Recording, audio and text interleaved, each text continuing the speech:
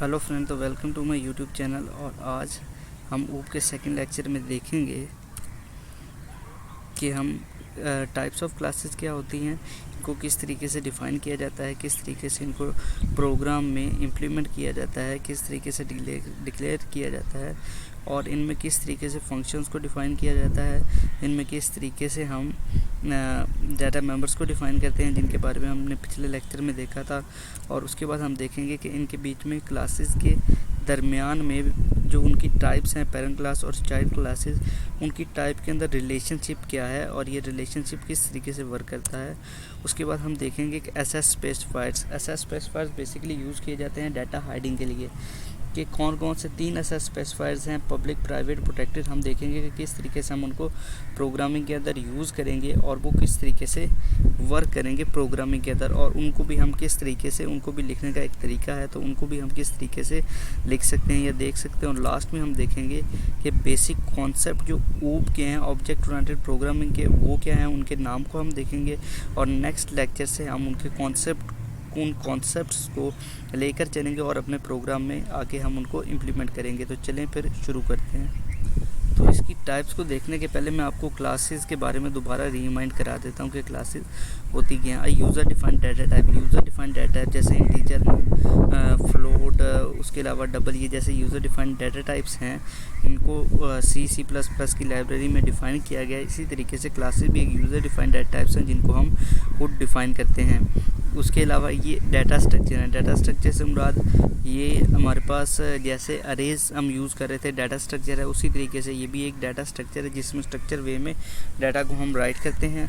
और उसके अलावा ये हमारे पास फंक्शन और डाटा मेंबर। फंक्शन मतलब कि जैसे एक ह्यूमन है, उसकी फंक्शनैलिटी क्या है, वो चलता है, चल सकता है, वो सांस ले सकता है, वो रन कर सकता है, ये उसकी फंक्शनैलिटी है। डाटा मेंबर्स से मुराद कि वो क्या, उसका नेम उसका एक डाटा मेंबर होगा, उसकी एज उसका एक डाटा मेंबर होगा, उसका जो हमारे पास बाकी उसकी जो इन्फॉर्मेशन होगी वो सब हमारे पास डाटा मेंबर्स में। अब यहाँ पर हमारी इसकी 2 टाइप्स हैं हमारे पास ऑब्जेक्ट ओरिएंटेड हमारे पास क्लासेस की। तो फर्स्ट जो हमारे पास है वो उसको बोलते हैं हम बेस क्लास बोल सकते हैं, उसको हम पेरेंट क्लास बोल सकते हैं, उसको हम सुपर क्लास बोल सकते हैं। ये 3-4 नाम जो हैं उससे हम इसको बोल सकते हैं, base class, parent class, super class. और दूसरी जो हमारे पास टाइप है वो हमारे पास उसको बोलते हैं चाइल्ड क्लास, डिराइव्ड क्लास और सब क्लास। ज़्यादा पेरेंट क्लास और चाइल्ड क्लास का कीवर्ड यूज़ किया जाता है, ये कभी कभी बेस और डिराइव्ड का भी कीवर्ड हम यूज़ कर लेते हैं। तो पेरेंट क्लास किसको बोलते हैं? A class whose properties inherit by sub class. वो क्लास जिसकी प्रॉपर्टीज़ को दूसरी क्लास इनहेरिट करे, मतलब प्रॉपर्टीज़ को वो यूज़ कर सके। कि जैसे एक पेरेंट है तो पेरेंट की जो भी थिंग्स होंगी, जो भी चीज़ें होंगी, उनको एक चाइल्ड या उनका सन या बच्चा उनको एक्सेस कर सके। तो वो क्लास, बड़ी क्लास जिसकी प्रॉपर्टीज़ को दूसरी क्लास इनहेरिट करे, मतलब पेरेंट क्लास वो होती है जिसकी प्रॉपर्टीज़ को कोई इनहेरिट करे, जो कि ख़ुद मतलब मेन क्लास है और उससे डिराइव एक आगे दूसरी क्लास हुई है जो उसकी सब क्लास है, उसकी चाइल्ड क्लास है, और उसकी प्रॉपर्टीज़ को, उसके फंक्शंस को, उसके डाटा मेंबर्स को वो क्लास यूज़ कर सकती है, तो उसको बोलते हैं पेरेंट क्लास। और चाइल्ड क्लास बिल्कुल उसके ऑपोजिट होती है। आज child class inherit the properties. जो चाइल्ड क्लास होती है वो प्रॉपर्टीज़ को इनहेरिट करती है, किसकी? पेरेंट क्लास की प्रॉपर्टीज़ को वो लेती है, पेरेंट क्लास की फंक्शंस को, पेरेंट क्लास के फंक्शंस को, पेरेंट क्लास के जो डाटा मेंबर्स होते हैं वो उनको यूज़ कर सकती है, तो उसको बोलते हैं हम चाइल्ड क्लास। अब मैं आपको बताता हूँ यहाँ पर आके कि किस तरीके से यहाँ से कंट्रोल एन कि किस तरीके से हम पेरेंट क्लास या चाइल्ड क्लास को डिक्लेयर करते हैं। हैश इंक्लूड IO स्ट्रीम, जैसे कि हम पहले लिख रहे थे, यूजिंग नेम स्पेस std। और उसके बाद यहाँ पर हम लिखेंगे मेन स्टार्ट नहीं करेंगे। यहाँ पर ये क्लास जो होती है ये मेन से पहले स्टार्ट होती है। अब यहाँ पर बेस क्लास लिख रहे हैं तो हम यहाँ पर बेस का पेरेंट का कीवर्ड कुछ भी उसका नाम देना है, उसके आगे पहले क्लास का कीवर्ड आएगा फिर उसका नाम आएगा। ये हमारे पास चाइल्ड पेरेंट क्लास की डेफिनेशन होगी। और यहाँ पर हम जैसे कि इंट ए, यहाँ पर ये उसका डाटा मेंबर है, या इंट हम यहाँ पर नेम ले सकते हैं, नेम उसका एक डाटा मेंबर है। और उसके बाद हम यहाँ पर एक फंक्शन बनाते हैं, जैसे कि हम फंक्शंस को पढ़ चुके हैं, यूज़र डिफाइंड फंक्शन को डिस्प नाम से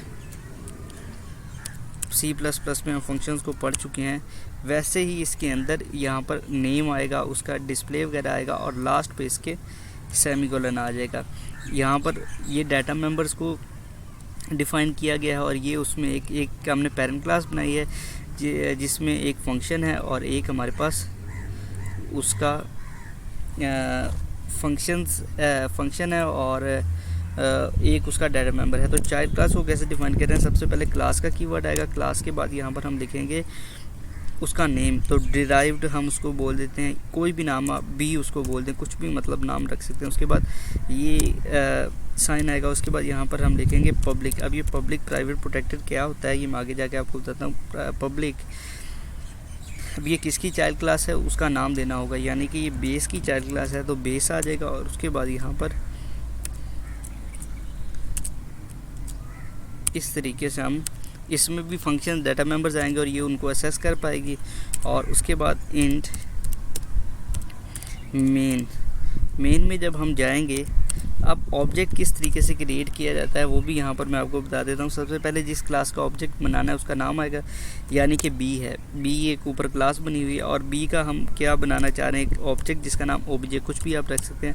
और ओबीजे करके जब हम ये डॉट का वर्ड यूज़ करेंगे तो हमारे पास डॉट का कीवर्ड यूज़ करेंगे तो ये फंक्शंस को और डाटा मेंबर्स को हम एक्सेस कर पाएंगे, जो कि नेक्स्ट प्रोग्राम्स में मैं आपको करके भी दिखा दूंगा। ये अभी आप देख सकते हैं, ये डाटा मेंबर्स ऐसे डिक्लेयर किए जाते हैं और फंक्शंस ऐसे यूज़ किए जाते हैं। अब मैं आगे जाके आपको बताऊंगा प्राइवेट प्रोटेक्टेड और उसका क्या मतलब है, जो कि यहाँ पर हमने पब्लिक का कीवर्ड यूज़ किया है।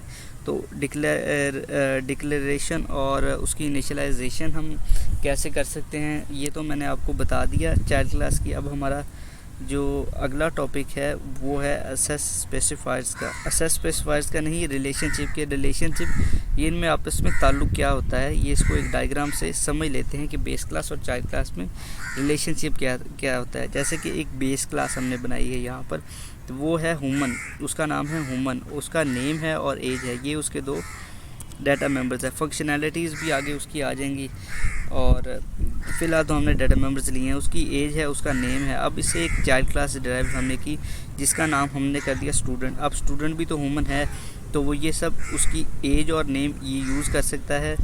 इसकी इस तरह से ह्यूमन का भी नेम होगा और एज होगा, और स्टूडेंट की भी नेम होगा और एज होगा। तो वो उसकी प्रॉपर्टीज़ को वो जैसे उसके जो फंक्शंस होंगे वो यूज़ कर पाएगा। अब जैसे डॉक्टर है, डॉक्टर भी एक इंसान ही है, डॉक्टर का भी नाम होता है, उसकी भी एज होती है। तो एक बार हमने बेस क्लास में फंक्शन को हमने डिफ़ाइन कर दिया तो हमें बार बार उसको डिफ़ाइन नहीं करना पड़ेगा। हम चाइल्ड क्लास में उसको सिंपली असेस करेंगे और असेस करके हम सिंपली उसको यूज़ कर देंगे। बार बार हमें उसको ना डिफ़ाइन करना पड़ेगा ना डिक्लेयर करना पड़ेगा। हम उसकी प्रॉपर्टीज़ को जो चाइल्ड क्लासेस होती हैं वो इनहेरिट कर पाएंगी। जैसे कि एक ह्यूमन, मतलब टीचर भी तो एक ह्यूमन है, उसका एक नेम है, उसका एक एज है, उसका सब्जेक्ट कौन सा है, डॉक्टर का नेम है, एज है, स्पेशलिटी क्या है, स्टूडेंट का नेम है, एज है, रोल नंबर। इसके अलावा इनकी फंक्शनैलिटीज़ भी डिफरेंट होती है। अब स्टूडेंट का फंक्शनैलिटी क्या है वो पढ़ता है, तो ये ह्यूमन की तो हो सकती है, ह्यूमन की भी हो सकती है, क्योंकि ह्यूमन जो है वो एक स्टूडेंट है। अब डॉक्टर जो है स्पेशलिटी उसकी, मतलब वो आइज़ का डॉक्टर हो सकता है, लंग्स का हो सकता है, हार्ट का हो सकता है, मुख्तलिफ़ चीज़ों का वो डॉक्टर हो सकता है। तो डॉक्टर भी एक ह्यूमन है, तो और टीचर भी जैसे सब्जेक्ट भी उसका कोई है। अब ये इनके बीच में एक रिलेशनशिप बनेगा। जैसे कि हमने एक बेस क्लास जो होगी वो चाइल्ड क्लास की प्रॉपर्टीज़ को यूज़ कर पाएगी, उनके फंक्शंस को यूज़ कर पाएगी। जैसे कि वॉक करना एक फंक्शनैलिटी है ह्यूमन की, तो इसको ये तीनों भी नीचे वाले यूज़ कर पाएंगे। डॉक्टर भी वो कर पाएगा, स्टूडेंट भी, मतलब जो जो इसकी बेस क्लास की फंक्शनैलिटीज़ होंगी वो चाइल्ड क्लास इनहेरिट कर पाएगी, उसको यूज़ कर पाएगी। अब असेस स्पेसिफायर्स को देख लेते हैं कि ये क्या होते हैं और कैसे वर्क करते हैं, और इनको हम प्रोग्राम में मैं आपको जाके प्रोग्राम में भी जाके दिखाऊंगा और बताऊंगा कि ये क्या कहाँ पर इनको लिखना है और कैसे ये वर्क करेंगे। अब जो हमारे पास पब्लिक हम जब यूज़ करते हैं किसी भी क्लास में पब्लिक का कीवर्ड यूज़ करते हैं तो उसका मतलब है जिस भी चीज़ के लिए हम पब्लिक, जैसे कि यहाँ पर मैं आपको लिख के बता देता हूँ, यहाँ पर हम पब्लिक लिखेंगे कैसे और वो प्रैक्टिकली आपको ज़्यादा बेहतर समझ आ जाएगा। यहाँ पर अगर मैंने पब्लिक लिख दिया ना, अब यहाँ पर तो इसके फंक्शंस को, डाटा मेंबर्स को कहीं भी मैं यूज़ कर सकता हूँ, कहीं भी उनका मैं इस्तेमाल कर सकता हूँ। उनको चाइल्ड क्लास में भी असेस कर सकता हूँ, उनको उनकी मेन में भी यूज़ कर सकता हूँ और क्लास के अंदर भी यूज़ कर सकता हूँ। अब ये जो इसके फंक्शंस हैं, जो मतलब यहाँ पर इसका नेम है, एज है, इनको मैं कहीं भी यूज़ कर सकता हूँ क्योंकि पब्लिक कीवर्ड का यूज़ किया हुआ है। यहाँ पर अगर मैं प्रोटेक्टेड कीवर्ड का यूज़ करूँ तो क्या होगा कि मैं उनको पब्लिक क्लास में तो यूज़ कर सकता हूँ, उसकी चाइल्ड क्लासेस भी उसको असेस कर सकती हैं, लेकिन मेन में डायरेक्ट उसको मैं यूज़ नहीं कर सकता। अब लेट्स सपोज जैसे मैंने एक नेम का फंक्शन बना दिया और उसको चाइल्ड क्लासेस तो असेस कर पा रही हैं और वो क्लास अपने अंदर भी नेम को यूज़ कर पाएगी, लेकिन क्योंकि वो प्रोटेक्टेड है तो मेन के अंदर हम डायरेक्ट हम उसका यूज़ नहीं कर पाएंगे। हम उसका यूज़ इसी तरीके से कर पाएंगे कि हम चाइल्ड क्लासेस के थ्रू उसका यूज़ कर पाएंगे या उसका क्लास के अंदर यूज़ कर पाएंगे, मेन के अंदर वो यूज़ नहीं होगा। और इसको भी प्रोटेक्टेड कीवर्ड यूज़ करेंगे, जैसे प्रोग्रामिंग में अगर प्रोटेक्टेड पब्लिक प्राइवेट का यूज़ करेंगे तो प्रोटेक्टेड का कीवर्ड लिखेंगे और ऐसे हम इसके आगे सेमीकोलन लगा देंगे तो ये डाटा सिक्योर हो जाएगा और मेन में डायरेक्ट इसमें वो चेंजिंग नहीं कर पाएगा। उसको डाटा में चेंज करने के लिए या तो चाइल्ड क्लास तक एक्सेस ज़रूरी होगी या पेरेंट क्लास तक। अगर उसको सिर्फ मेन में एक्सेस दी गई है, सिर्फ मेन के अंदर, तो वो उसमें कोई भी चेंजिंग नहीं कर पाएगा। इस तरीके से हमें ये सिक्योरिटी प्रोवाइड करता है। अब देखते हैं कि ये प्राइवेट कैसे वर्क करता है। प्राइवेट ऐसे वर्क करता है कि उस क्लास के अंदर तो हम उस डाटा को यूज़ कर सकते हैं, ना उसको चाइल्ड क्लासेस एक्सेस कर सकती हैं और ना उसको मेन में यूज़ किया जा सकता है। अब बाय डिफ़ॉल्ट भी डाटा प्राइवेट ही होता है, मतलब ये जो नेम और ये जो हमने यूज़ किया है फंक्शन, अगर ये दोनों प्राइवेट होंगे, यहाँ पर मैं प्राइवेट का कीवर्ड यूज़ करूँगा, नहीं भी करता तो बाय डिफ़ॉल्ट प्राइवेट ही होंगे। तो उस प्राइवेट कीवर्ड की वजह से ना तो ये फंक्शन, मैं अगर इसको इनिशियलाइज़ भी यहाँ पर मैं कर देता हूँ कुछ भी और इसको यहाँ पर डिफ़ाइन भी कर सकता हूँ, तो ये किसी काम के नहीं है। हम यूज़र तो अपनी मर्ज़ी से इसमें चेंजिंग कर सकता है, लेकिन प्रोग्रामर इनको एक्सेस नहीं कर सकता। उसकी जो चाइल्ड क्लासेस हैं प्रोग्राम की, वो उसको एक्सेस नहीं कर पाएंगे। अगर हम चाहते हैं कि अगर किसी को यूज़र को चाइल्ड क्लासेस तक एक्सेस मिली हुई है तो हम कुछ फंक्शनैलिटीज़ को पेरेंट क्लास की हाइड करना चाह रहे हैं तो हम इसका यूज़ कर सकते हैं और इसका यूज़ करके हम डाटा को सिक्योर कर सकते हैं और मेन में इसका यूज़ नहीं कर सकते डायरेक्ट, और ना इसको चाइल्ड क्लास ही यूज़ कर सकते हैं। सिर्फ उसकी पेरेंट क्लास जहाँ पर उसको डिक्लेयर किया गया, इनिशियलाइज़ किया जा सकता है, वहाँ पर ही उसको चेंजिंग की जा सकती है और उसके फंक्शन या डाटा मेंबर्स को वहाँ ही कॉल किया जा सकता है। और इससे नेक्स्ट हमारा कॉन्सेप्ट जो था कि हमारे पास कौन से बेसिक 4 कॉन्सेप्ट ऊप के होते हैं उनको देख लेते हैं और नेक्स्ट लेक्चर से हम उनको स्टार्ट भी कर देंगे। तो ये देख लें कि ये 4 जो कॉन्सेप्ट हैं बेसिक ऊप के, वो ये चारों हैं। सबसे पहले है इनहेरिटेंस। इनहेरिटेंस में क्या होता है? इनहेरिटेंस में बेसिकली ये होता है कि इनहेरिटेंस में हम इनहेरिटेंस के अंदर बेसिकली इनहेरिटेंस के अंदर पेरेंट क्लासेस होती हैं और चाइल्ड क्लासेस होती हैं, और जो पेरेंट क्लासेस होती हैं वो चाइल्ड क्लास की प्रॉपर्टीज़ को इनहेरिट कर सकती हैं, उनको अपने अंदर यूज़ कर सकती हैं। और पॉलीमॉर्फिज्म क्या है? पॉलीमॉर्फिज्म के अंदर हम देखेंगे,